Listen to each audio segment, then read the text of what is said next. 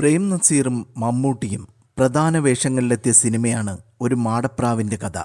നടനും നിർമ്മാതാവും തിരക്കഥാകൃത്തുമായ ആലപ്പി അഷ്റഫ് ആദ്യമായി സംവിധാനം ചെയ്ത ചിത്രം. ആലപ്പി അഷ്റഫുമായുള്ള പരിചയത്തിൽ മോഹൻലാലും ചിത്രത്തിൽ അഭിനയിക്കാമെന്ന് വാക്ക് നൽകി. മോഹൻലാലും നസീറുമായുള്ള സംഘടന രംഗം ചിത്രത്തിലുണ്ടായിരുന്നു. രണ്ടുപേർക്കും ഡ്യൂപ്പിനെ വച്ചാണ് ചിത്രീകരിച്ചത്. സാധാരണഗതിയിൽ പ്രധാന അഭിനേതാക്കളുടെ വേഷത്തിന്റെ പകരമൊരെണ്ണം ഡ്യൂപ്പുകൾക്കും തയ്ക്കാറാണ് പതിവ്. പക്ഷേ സംഘടന രംഗത്തിന്റെ ചിത്രീകരണ സമയത്ത് മോഹൻലാലിന്റെ ഡ്യൂപ്പിന് മാത്രം മറ്റൊരു ഡ്രസ്സ് തച്ചിരുന്നില്ല. ഡ്യൂപ്പിനും തൻ്റെ തന്നെ ഡ്രസ്സ് കൊടുത്തോളാൻ മോഹൻലാൽ അന്ന് പറഞ്ഞു.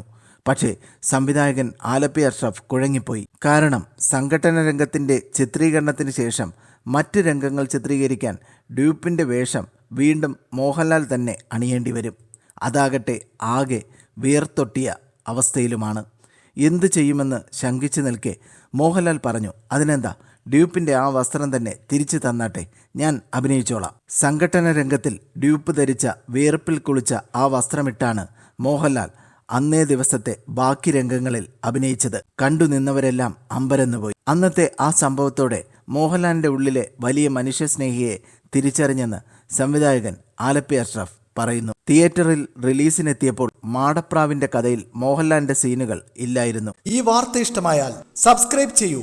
സൈബർ വിലാസം മീഡിയ നെറ്റ്വർക്ക്.